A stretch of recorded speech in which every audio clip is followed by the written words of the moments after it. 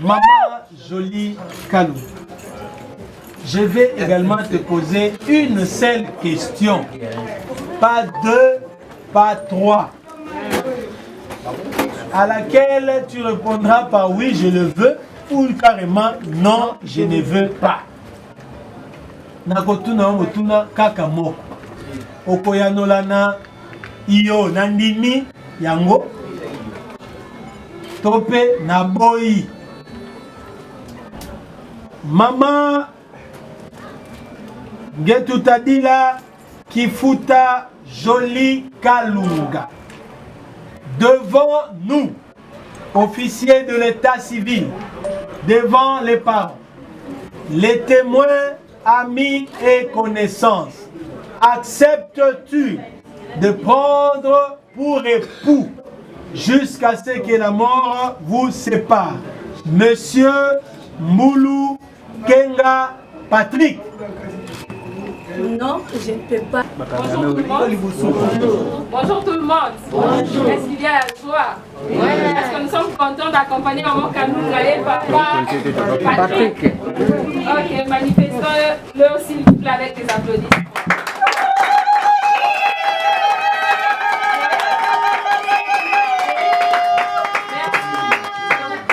D'accueillir monsieur et madame Mboulou qui vont effectuer leur entrée. Et cela sera fait sous vos applaudissements, s'il vous plaît.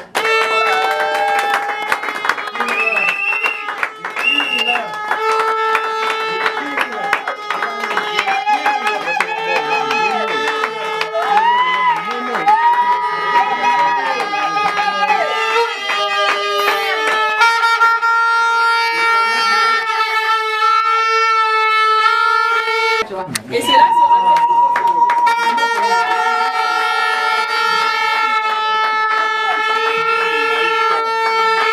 une, deux, debout Congolais, unis par le sceau, unis dans l'effort pour l'indépendance,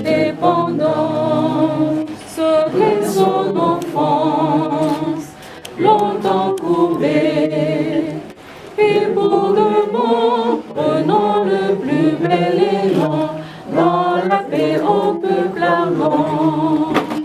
Par le labeur, nous bâtirons un pays plus beau qu'avant dans la paix citoyenne. Entonnez l'hymne sacré de votre solidarité. Fièrement saluer l'emblème d'or de votre souveraineté. Congo, don béni, Congo, des aïeux, Congo, au pays, Congo, bien-aimé, Congo, nous peuplerons ton sol et nous assurerons ta grandeur. 30 juin au doux soleil, 30 juin du 30 juin, jour sacré soit le témoin, jour sacré de l'immortel, serment de liberté, que nous léguons à notre prospérité pour toujours. Merci, veuillez vous asseoir.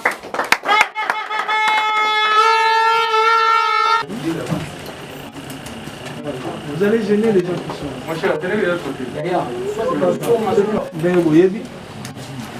Toumeli tosa la cérémonie na biso yo poto bandaki na losambo akindaki kotika bandeko bakobalana na maboko ya Nzambe. Nzambe alobi boyebi ke coronavirus ezali eza koboma basepelaka kaka. On ne sait jamais. Makambo tozolobela mikolo tozolinga nde ya kobala. Tina ya vous rappeler biso pourquoi tokutani awa to. Tous nous savons pourquoi nous sommes là. Nous sommes là pour être témoins d'un grand événement.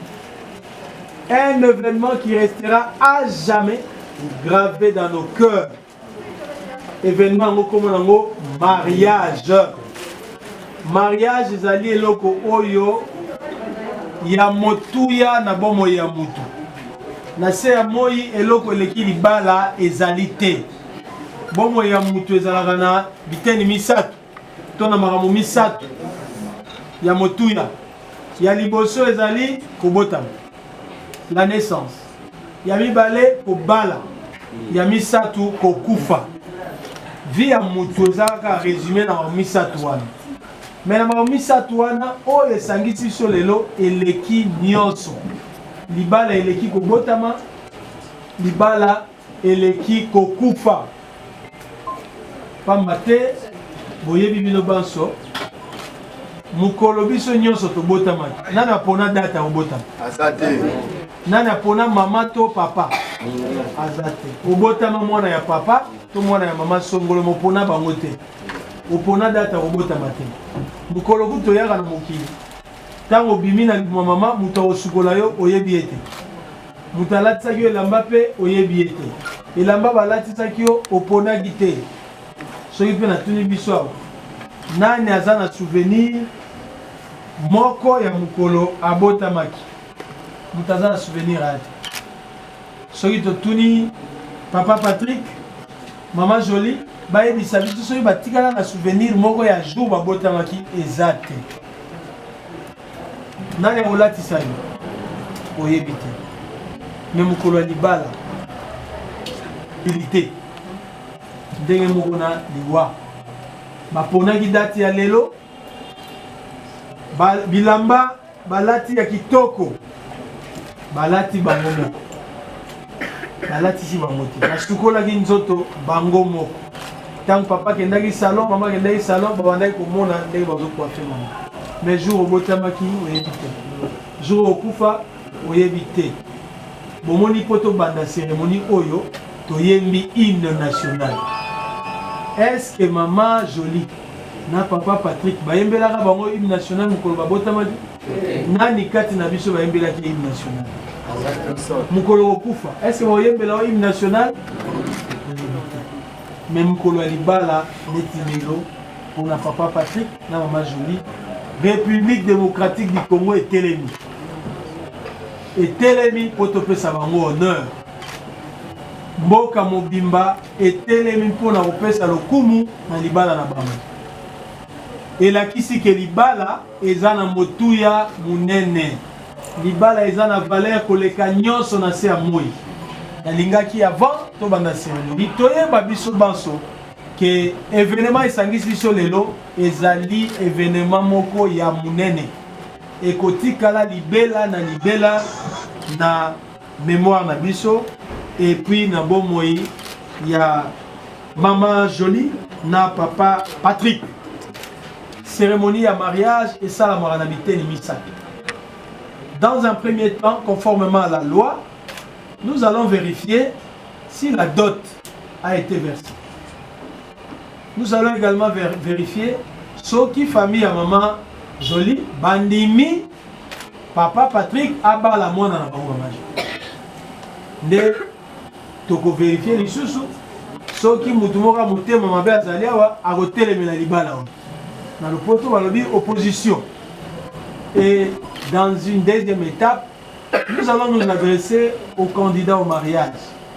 Baye banzelani ni baza kokona ya libala ezala ndenge ni. Ende toko sukisa na kozwa consentement ya ba époux. Baloba oui ou non au mariage. Et donc sans plus tarder, nous allons d'abord vérifier ce qui a solo ba boti ya maman Jolie bandimi papa Patrick abala mwana Azalia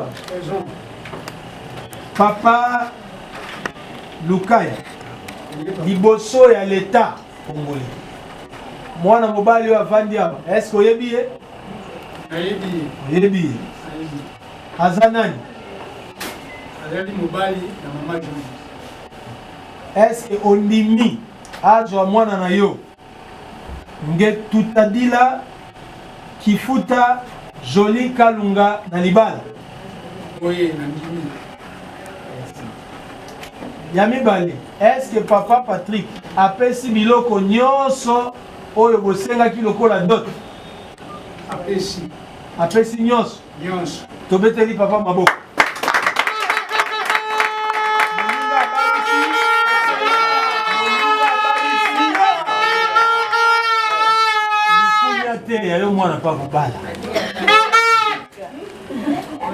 Monsieur Kalonda Otoko Paul.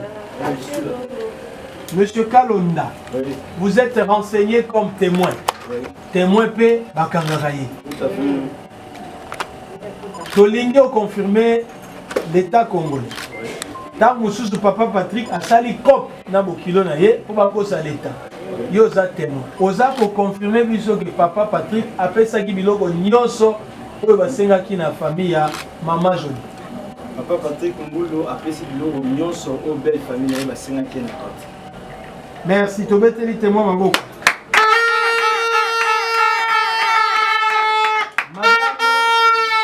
Madame Nduki Jowe est là? Voilà. Maman Jowe. Yope ozali témoin ya mibali. Témoin bakangakaye. Ozali ko confirmer dans l'État congolais. Que papa Patrick asilani na famille ya Mama Jolie. Apesi bango biloko nyonso.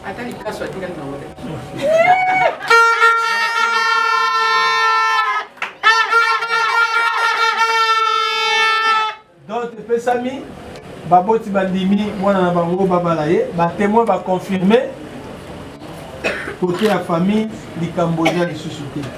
Sikawa, nous allons vérifier si parmi vous les projets de mariage aux Omonao. Tu publié qui on a commune à Lemba depuis 15 jours. Donc, présenter Bino, candidat au mariage. Nous allons commencer par le premier candidat. Sous vos applaudissements, nous invitons Monsieur Patrick Asseli.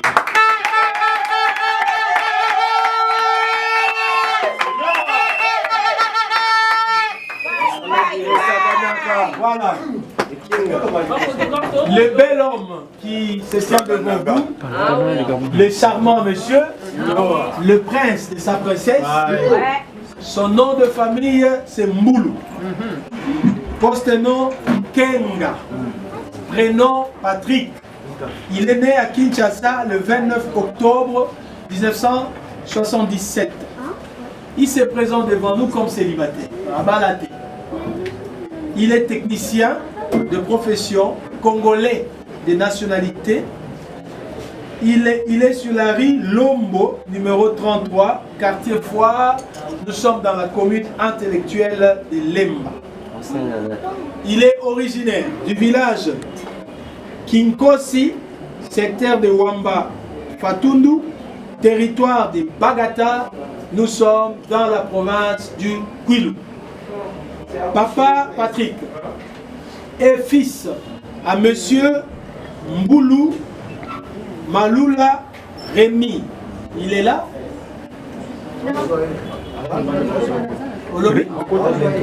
Okay. Rémi. Papa Rémi Azali Goya. Il est né le 30 mai 1959, marié, agronome de profession, congolais comme son fils. Il est sur la rue Mbefu numéro 29 291 D, quartier Anunga. Nous sommes dans la commune Serre de Maté. Monsieur Rémi a les mêmes origines que son fils candidat au mariage. Monsieur Patrick est fils à Madame Maluma Mayega Brigitte. Elle est là? Elle est représentée? Azali Banda. Ok. Maman Brigitte, mariée congolaise, elle est à la même adresse que son mari. Elle est originaire du village Mbonga Malembi, secteur de Wamba Fatundu, territoire de Bagata. Nous sommes encore dans la province du Kwilu. Papa Patrick Azali 100% Mwanaya Kwilu. Tobetenge maboko.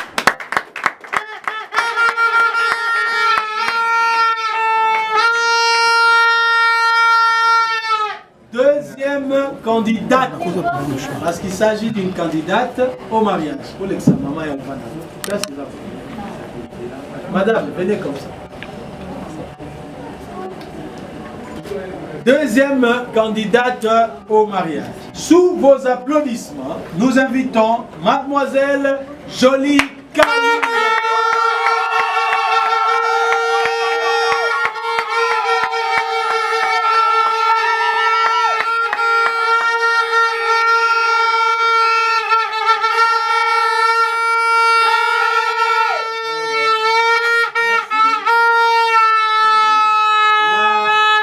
Ravissante, la rayonnante, la sublime, la Miss des Miss, la reine de son roi. Son nom de famille, c'est Getutadila, post-nom Kifuta, prénom Jolie Kalunga. Elle est née à Kinshasa. Le 8 septembre 1978. Elle est célibataire. Elle n'a jamais été mariée. Elle est artiste de profession, congolaise de nationalité. Elle est à Lemba, au numéro 93, quartier Foire, commune de Lemba. Mademoiselle Jolie est originaire du village Kiazi, secteur de Boko, territoire de Mbanzangungu. Vous avez compris que nous sommes dans la province sœur ou voisine du Congo central.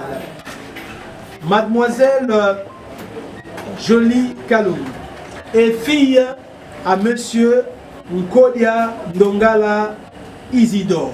Il est là, qui nous a quittés, Dieu garde son âme. Monsieur Isidore, jusqu'à sa mort, avait les mêmes origines et la même nationalité que sa charmante fille candidate au mariage. Mademoiselle Jolie Kalunga est fille à Madame Nlandu Luvuma Marie. C'est ça? Elle est là? Voilà. Tobeteli maman.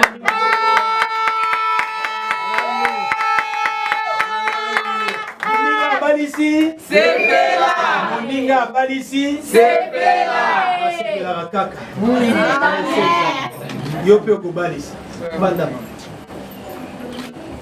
Maman Landou est ménagère.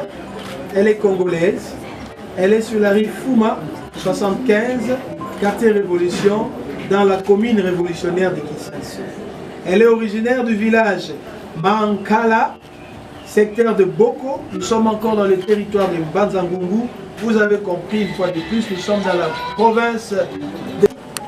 Alors, je vais vous poser, je m'adresse à vous-même. Vous, famille, amis et connaissances. Oyo ayebi, kelikambu moko ezali, oyo kopekisa biso tosala libala. Atelema aloba sikoyo. Tope akanga munoko na ye libela. Si parmi vous, il y a quelqu'un qui a une raison légale qui nous empêcherait de célébrer ce mariage, qu'il se lève et qu'il le dise maintenant, ou qu'il se taise à jamais. Voilà. Namoni nous s'opposé dans l'Ibala Hoté, donc nous allons célébrer ce mariage.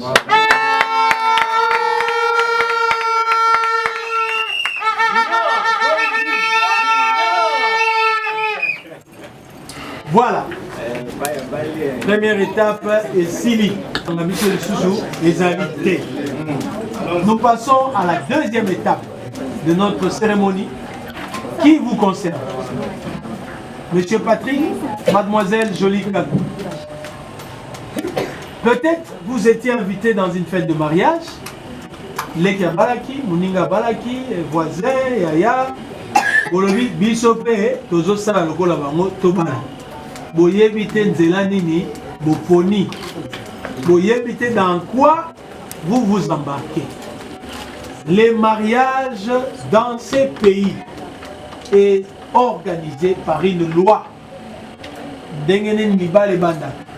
ndenge nini mwasi na mobali esengeli bavanda, ndenge nini bagérera biloko na libala, ndenge nini bapesaka bana kombo, makambo nyonso eza na libala ebongisami na mokanda. Code de la famille. Makambo nyonso bokokutana nango na libala solution ezali. Coutume ya Kwilu, coutume ya Congo Central, soki ezali conforme na loi oyo te ekozala appliqué te. Bokozwa mukanda oyo bokobanda tanga ngo malembe makambo nyonso eza na kati. Mais avant boloba oui ou non na libala tokotangela bino moi quelques articles pour bozwa idée ya makambo nini oyo bolingi bosala. Nous allons commencer par l'article 349. Article 1 est petit but ya mariage. Na Congo Kinshasa, but ya mariage ezalaka nini? La loi dit ceci. Le mariage a pour but essentiel de créer une union entre un homme et une femme qui s'engagent à vivre ensemble jusqu'au décès de l'un d'entre eux pour partager leur commune destinée et pour perpétuer leur espèce. But ya mariage. 4 choses. Yaliboso, la loi dit, le mariage a pour but essentiel de créer une union entre un homme et une femme. Conséquence, na Congo awa, polygamie ezalaka te. Polyandrie, pe ezali te. Mobali moko, mwasi moko. Papa Patrick, oyebi ke Maman Jolie, azala baleki ya kitoko ebele, ba cousine ebele, ba master ebele, ba ninga ebele, baza kitoko. Yo lobi non, na bala Jolie Kalunga, comme ça, na kozwa litabisi. Litabisi eza te. Omeki litabisi oke makala. Lelo okobala mwasi kaka moko. Maman Jolie Kalunga. Soki epai na biso ba Congo, na Congo Central, tope ya Kwilu. Bokoko elobi, soki mobali abali yo, okomi mwasi ya famille na ye. Mobali no azate a voyager, leki na ye ya kosala intérim. Intérim eza te. Mobali azobala yo lelo azakaka moko. Mutaye kosala intérim na yo na ye makala. Deuxième chose. La première chose, tokanga biso nyonso ke na mboko ya Congo, basi mibale bakoki kobala na te. Mibale pe bakoki kobala na te. Po loi elobi, libala eza kaka soki ezali mwasi to mobali. Ouvrez le rideau, tirez le rideau. Deuxième élément. Deuxième élément. La loi dit, la loi dit ceci. Nanzela ya libala, Papa Patrick, Maman Jolie Kalunga, bondimi kovanda na libala kino liwa ekokabola bino. Kabino mibale, akupite libala ekosila te. Donc awa na Congo, mariage à durée déterminée ezalaka te. Tobalana, tovanda 2 ans na total soke simbi to continuer. Soke simbi te to tiki lokuta bokozala mwasi na mobali tili wa. Nalobaki awa ke avana banda nasambelaki mpona bino, avana banda libala na bino, ntango nasambelaki nzambe alakisi ngai mibeko alete elobi libala na bino kokufa ti moko kokufa. Nzambe alobi oyo akanisi moninga kokufa liboso na ye akosi. Bino mibale bokovanda mbula ebele, bokovanda bambula na bambula, bokomona bakoko, bomoni bakoko ya bakoko, me bokokende nzela moko. Lo elobi moko efwa kufa, me nzambe alobi bokokende nzela moko. Troisième élément, but à mariage. Dans nzela ya libala, bondimi bo partager votre commune destinée. Puis Luzamba vide. Bomi tumbisate. Zamba la kisagika ki bokoma na bana 20. Nazo zelabino awa na commune ya Lemba. Na début ya mois ya septembre boya kozela bana na bino bozobotela mapasi. Amen. Boya kozela bango acte de naissance. Zamba la kisinga bozobota bana mapasi na septembre. Soki septembre était fin août. Na kozela bino boya kozwa acte de naissance ya bana. Bana ngo ba kozala bana mibali. Moko komona ye Félix Antoine Tshisekedi Tshilombo, Mosusu Joseph Kabila. Nazo zelabino na septembre. Article 444. Maman jolie. Ba maman yo suzali wana ba papa.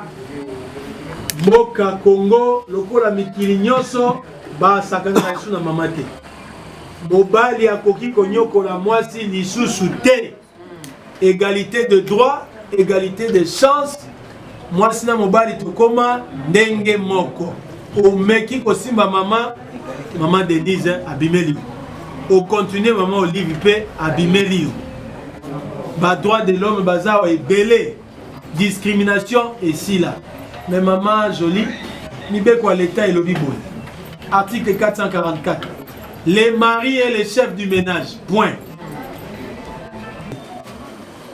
Ma papa tout va gagner na misala. Ba na tout ba yeba que papa na psa lera mingi. 3 lutu atoni. Lokuta baliaka malewa. Ale malewa na musala. Akoti ba restaurant mama lié tanga yé ba tcheli mama bilo kala lipapu atiki. Et moment ya malamu ya solo en famille yango. Maman, vous allez tout faire pour na boliaka ensemble. Mutumo kota point kuna. Aokanga Gucci. Ndoki alobi awa Patrick ayoki ke joli ando simba téléphone na ya kondimate.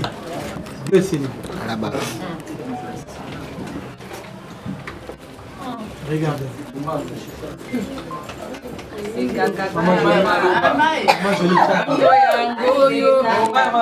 Mutuna moroka ogoloba iyo na ndimi tope na boyi.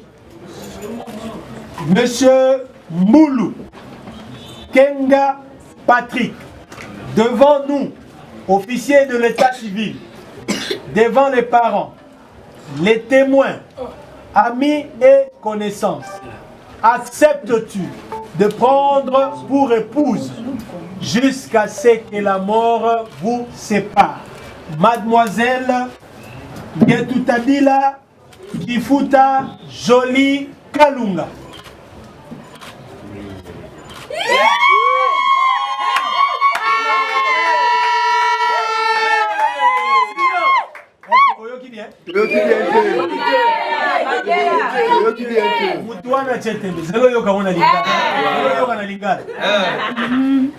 Papa Moulou Patrick n'a reposé question mo Oroyanolana Ionandimi yango tope na boy. Papa Moulou Kenga Patrick liboso na biso officier de l'état civil liboso ya baboti bandeko batémoin pe baninga. Est-ce que on dimi kozwa lokola mwasi na yo kino liwa ekokabola bino elenge mwasi oyo simbi na kombo ya Ngetutadila Kifuta Jolie Kalenga Kalunga Jolie Kalunga.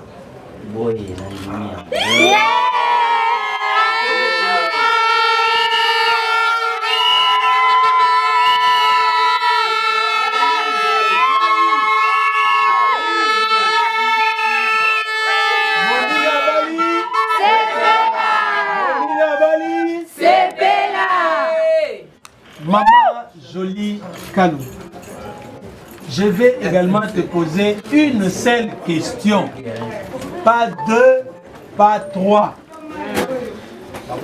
À laquelle tu répondras par oui, je le veux, ou carrément non, je ne veux pas. Nakotuna motuna kakamoko. Okoyanolana iyo nandimi yango.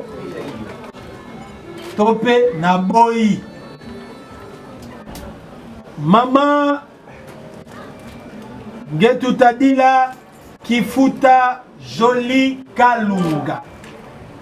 Devant nous, officiers de l'état civil, devant les parents, les témoins, amis et connaissances, acceptes-tu de prendre pour époux jusqu'à ce que la mort vous sépare?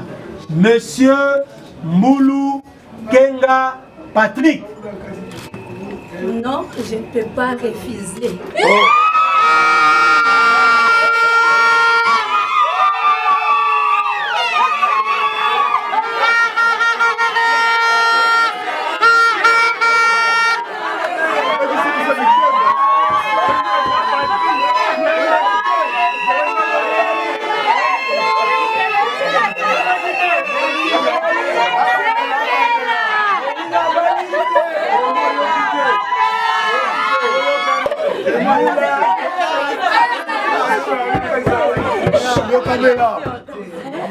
Depuis coronavirus et ya français comme abiso passe. Oyo kangona lingana.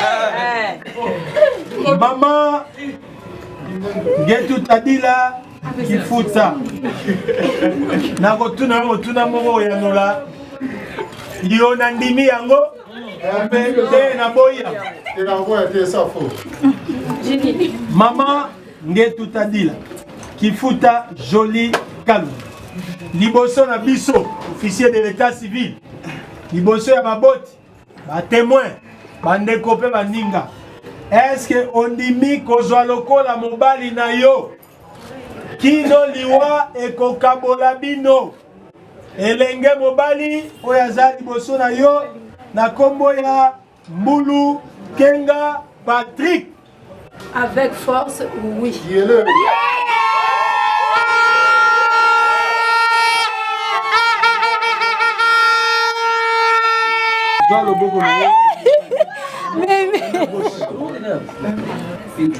Lopete na loboko pona liwa koloba na biso te biso tokoyoka kaka yebisa ye pona nini ondimi kokufa na ye pona nini yende a mérité bague oyo. Monsieur Patrick, pendant que vous allez glisser cet anneau pour l'éternité au doigt de votre femme, future épouse, tu vas t'adresser à elle. Tu la regardes droit dans les yeux.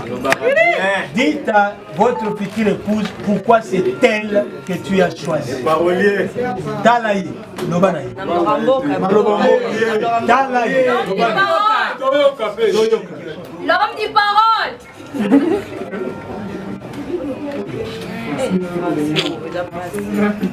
Parolier.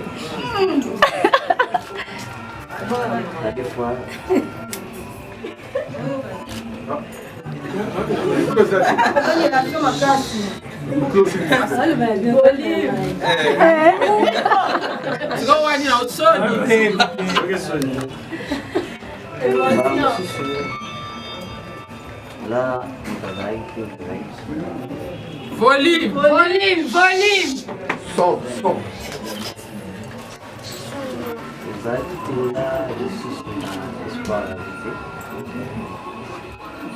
Je t'avais assuré. Tu auras encore. On a fait ça même forme pour l'opposant après quelques années et vivre avec côté. Aujourd'hui, devant tout le monde, je pense que le monde peut le faire. Avec ta main.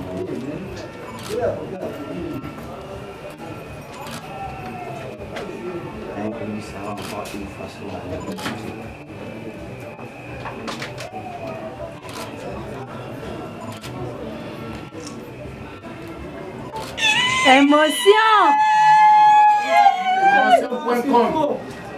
Émotion.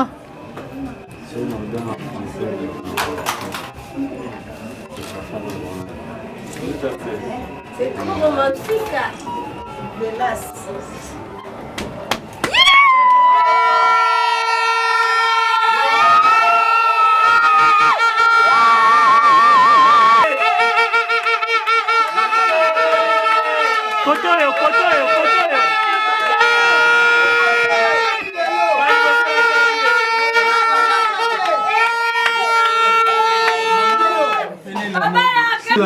Ngetu Tadila Kifuta Joli Kalu Okotala futur époux na yo na miso ozoloba na biso te loba na ye mpo na nini ondimi okufa na ye mpo na nini bague wana ye nde amérite yango. Prends sa main gauche, prends sa main gauche, la main gauche, gauche. Voilà. Tant ozolatisa ye lopete wana yebisa ye mpo na nini ye nde oponi ye nde ondimi. Regarde les deux. Voilà. Courage, courage, tout soutenir. Titanic, Titanic. Chance là. Comment Titanic? La poni au thé. Bon. Mais na banda tant on a qui inutile la société. On peut se prendre forme. Il y a plein de choses qui est mon colmon dans la maison. Avec Badou, nous sommes à la Zaki Nango. Je m'y entendais. Mais si nous avons vu, c'était la fornication. Si on a un trois côtés là. Pour moi, c'est que petit calagi là, belle à notre vie. Merci Patrick, merci Maman, merci Ningio pour l'éternité jusqu'à l'arrivée de Jésus-Christ de Nazareth.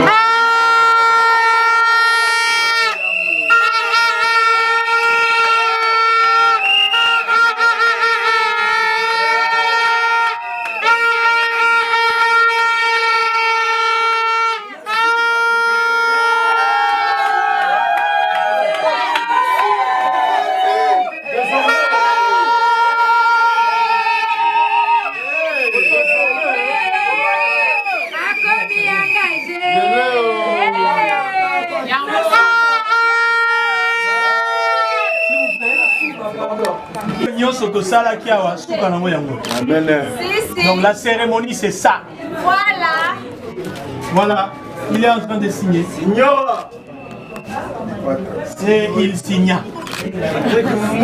Enfin. Voilà.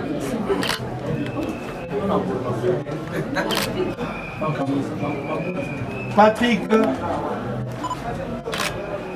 Il a signé. Tu remets la maboko. Mademoiselle Jolie Kalou. Un chinois.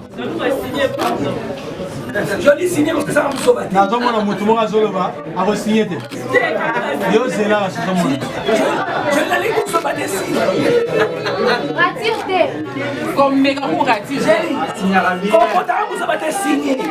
Signera bien. Voilà, Jolie est en train de signer. Qu'est-ce que tu pris une coque?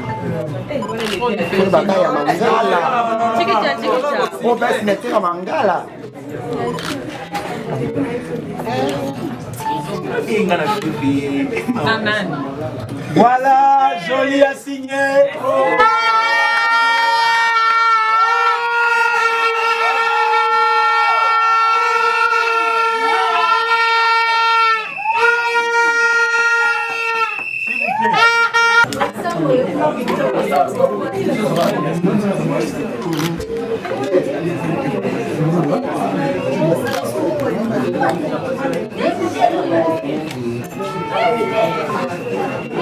Voilà, troisième signature. Maboti à Maman Jolie va signer.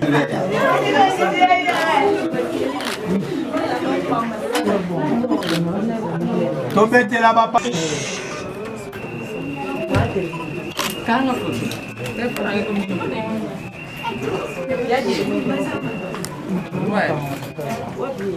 Moi, sur la boy et au bébé.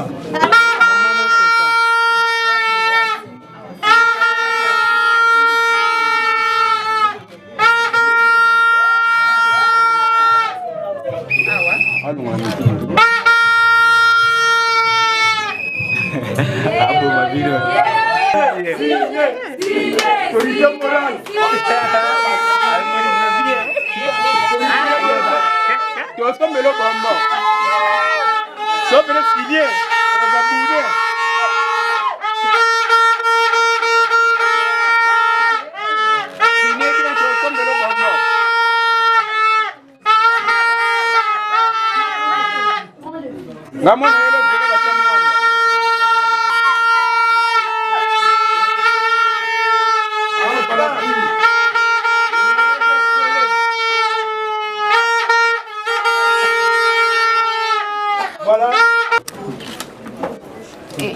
Bien. Monsieur Mboulou, Kenga Patrick, Mademoiselle Ngetutadila Kifuta Jolie Kalunga, par le pouvoir qui nous sont conférés par la loi, devant le parent, les témoins, amis et connaissances, je vous déclare mari et femme.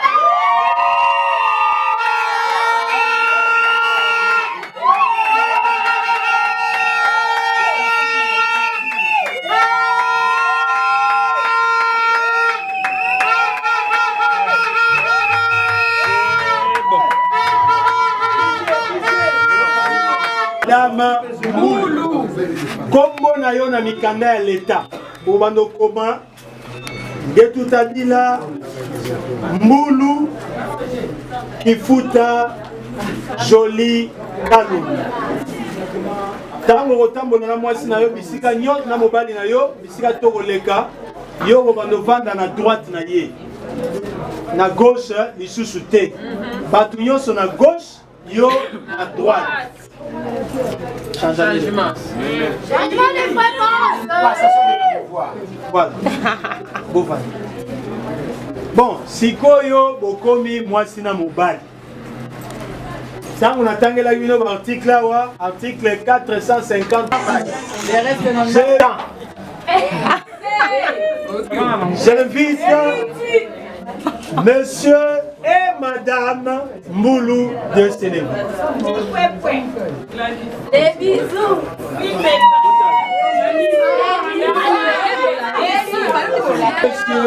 Mboulou de s'embrasser.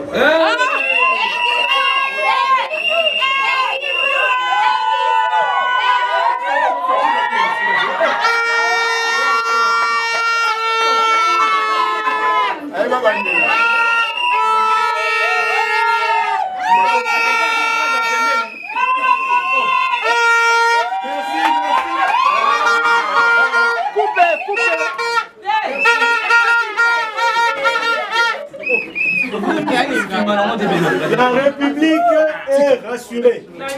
Nabandi na moins de Congolais, unis dans le sang, unis dans l'effort pour l'indépendance. Le sang nos fronts, longtemps courbé, et pour les bons, prenons le plus élan dans la paix aucun perdant. Par les labeurs, nous bâtirons un pays plus beau qu'avant, dans la paix citoyenne.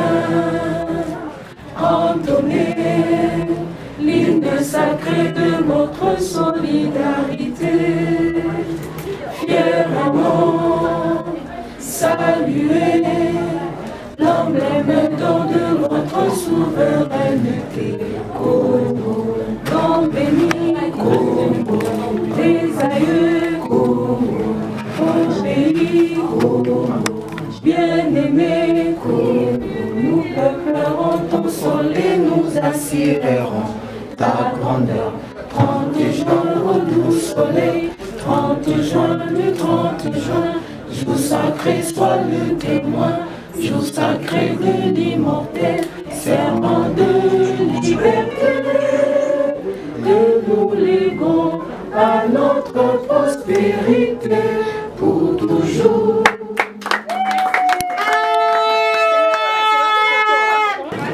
Nzambe asali biso bolamu 2020 oyo toyebi ebele tokunzi bato baleli ebele mais par sa grâce asali ke tosangana eloko babengi libala toyebi libala eza place bolingo evandi eza recommandation moko Yesu atikela biso tolingana sikoyo evandi na kati sikoyo ya bato mibale oyo balinganaki sikoyo bayeba leta yebani kaka bango leta yeba biso nde eza tolingani ya solo je crois boyoki badéclaration ya Mama Kalunga vis-à-vis ya mobali na ye ayebisi ye bato baoyoka baotala bayebake Patrick Mbulu alinga Mama Kalunga alingaka joli ntango nana aza peut-être koko bainforme kwa bato mais Nzambe ayeba ete Kalunga ozala Kalunga donc akomeli Kalunga na maboko ya papa Patrick honoré lelo esengo na ngai yango wana nalingaki ezala boye donc le panier circule encore peut-être moto